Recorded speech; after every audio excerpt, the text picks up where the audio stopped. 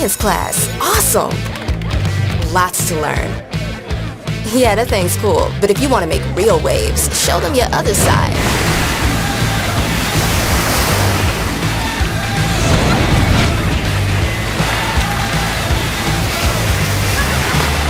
A true artist at work. So precise, so pristine, so muddy? Huh, who would have thought?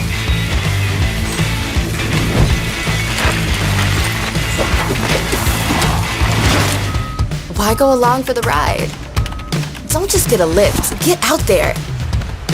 Take the stairs, or a pipe.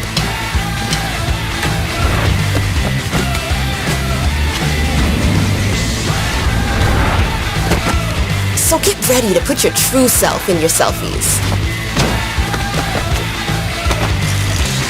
And show the world the things you can really do. Who you really are. Unleash your other side. Looks like you had a fun time this weekend. Yeah, you did.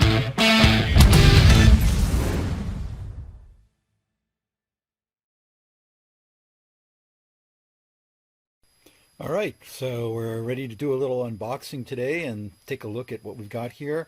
Today what we've got is the Osmo Action camera, and this is one of these cameras that you can use you know, in extreme sports, or connect it to your head when you're skiing, or whatever. It's direct competition for the GoPro. And these guys have been around for a while. This company is actually quite well known in the field of cameras that are used in things like drones and stuff. So they are really well known for creating a system where you can get really stable looking video that looks like it's mounted on a gimbal, even though that you're taking that video in a very rough place where things are bouncing up and down a lot. So it's pretty cool stuff. And this is their high-end camera. I'm going to just open this up and see what we got inside here. So let's just open the top here, the box. Just take me a minute here.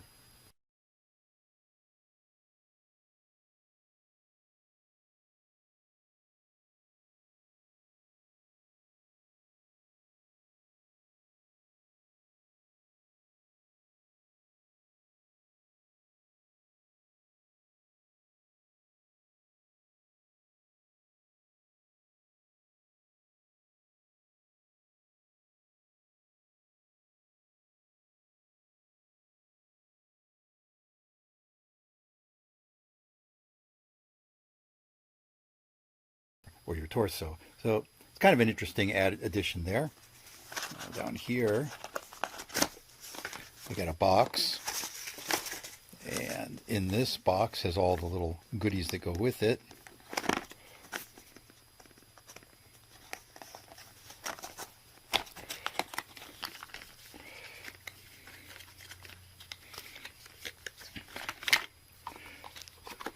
Right, so just inside the box is some documentation, and then you've got you know, an adhesive mount, a little adhesive mount thing for mounting the camera, but you have the adhesive on the back so you can stick it somewhere. Another adhesive mount that has the 3 rings that can connect into the 2 ring here. So this is a standard connector. So one thing to point out is the connectors on this camera are the same as basically the connectors on a GoPro. So all the standard GoPro accessories should work with this camera as well.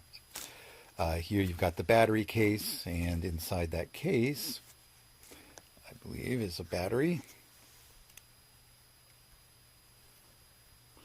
And there's the battery after you open it.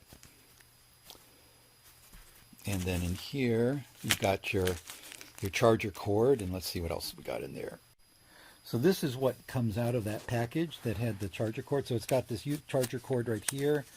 One end is standard USB A, which would go into any standard charger receptacle, not included.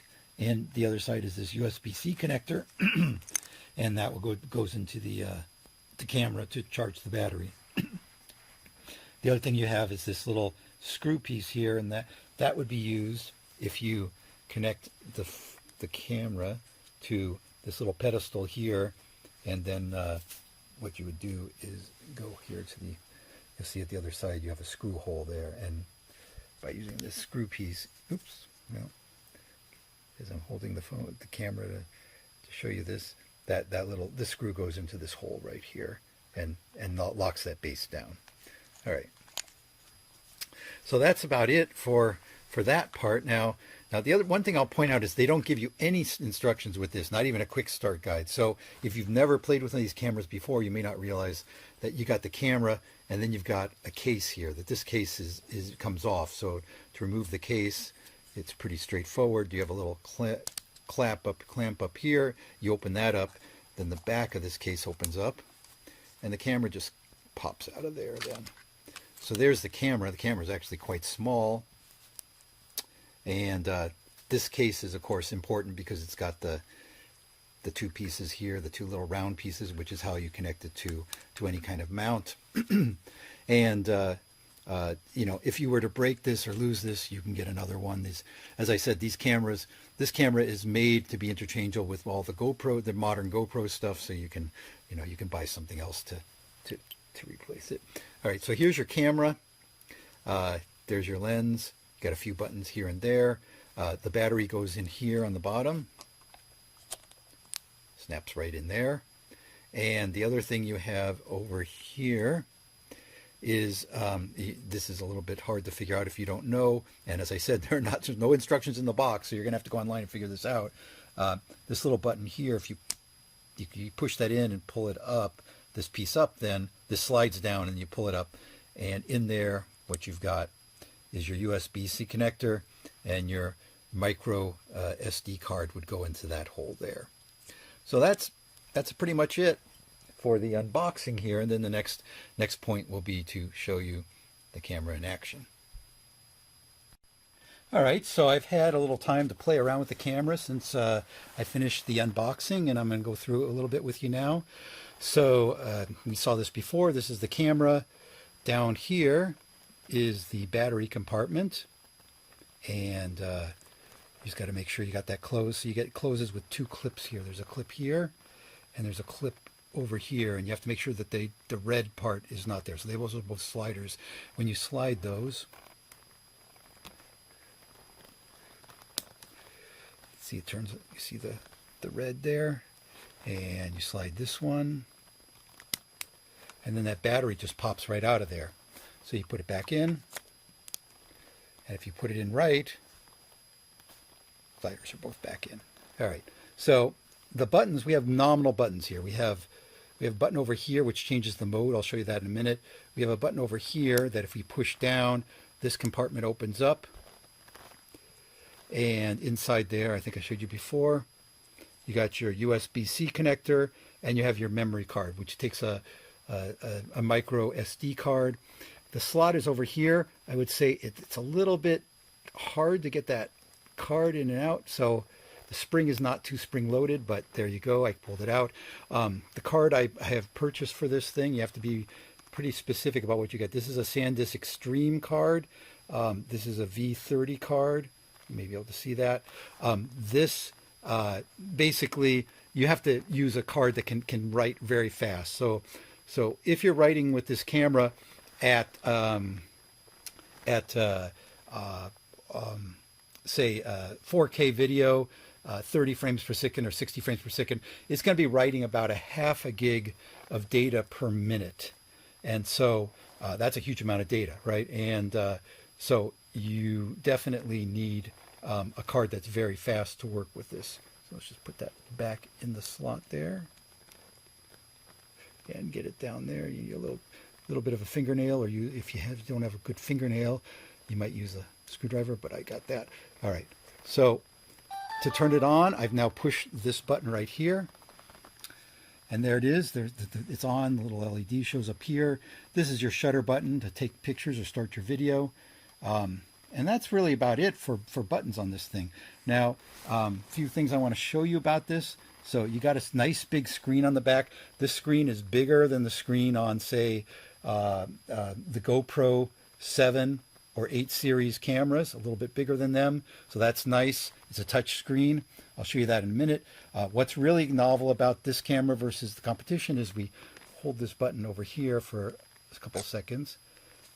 You see now we have a front-facing camera. And let's just turn that back around again by pushing that button again. So that front-facing camera allows us to take selfies, or if we have it on a selfie stick or whatever, we can frame our picture, right? So that's the beauty of that. And let's turn it back onto the back. All right. So that's a very cool thing, and you don't have that with the GoPros. So with the GoPro, you just have to hope you're in the frame and centered. Here you can actually see where you are. So there's the screen right there. And if we pull down from the screen, we get a variety of options. We can make presets by clicking on that little thing there that allows us to make our presets. This is just the brightness, that little star there. This just locks the screen.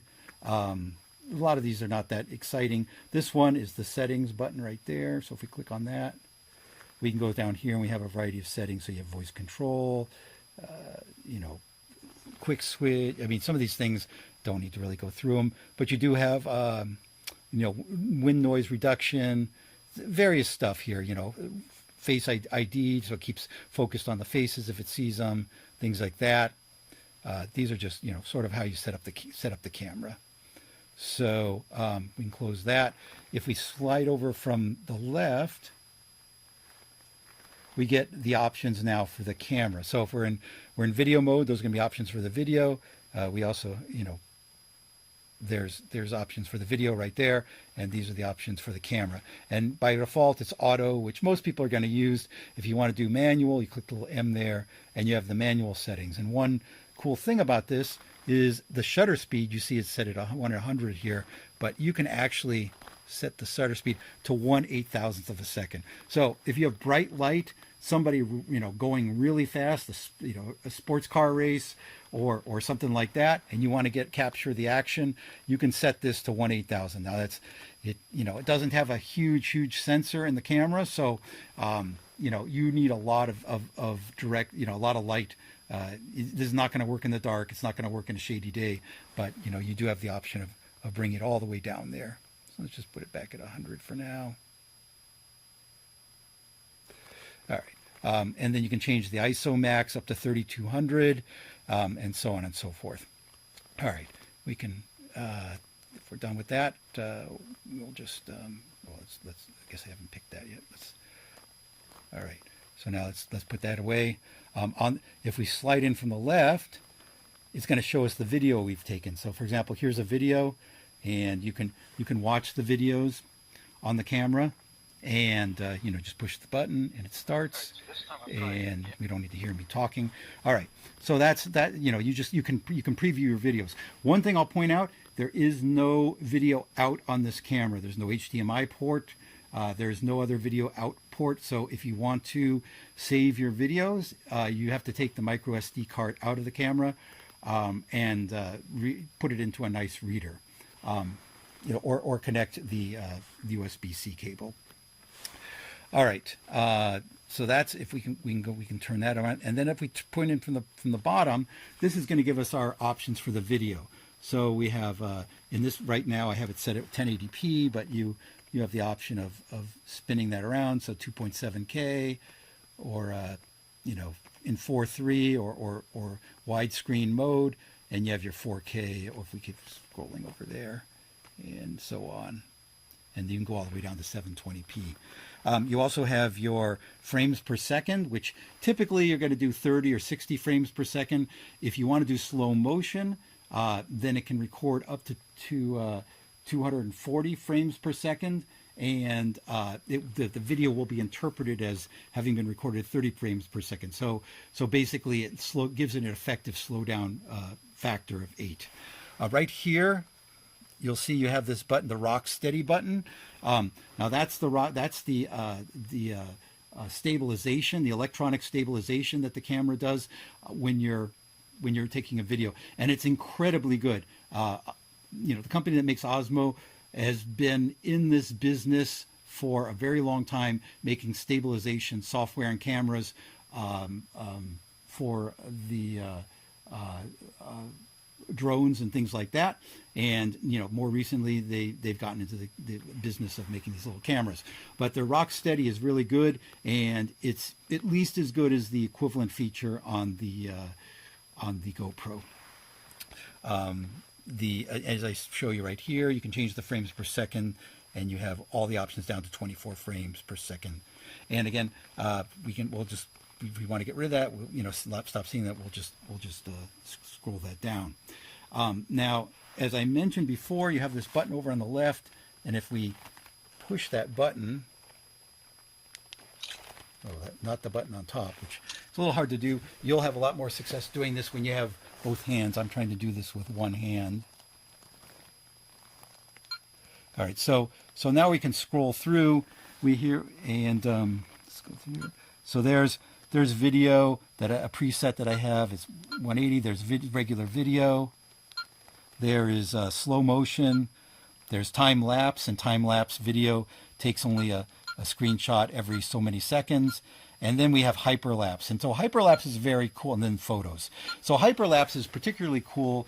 Hyperlapse, if you may know about, may not, it's like time-lapse, but it allows for the orientation of the camera to move with the person taking the picture. So with regular time-lapse, to make any sense to the viewer, you pretty much have to sit in one place and have it on a tripod or something like that, and you're taking video from a single position.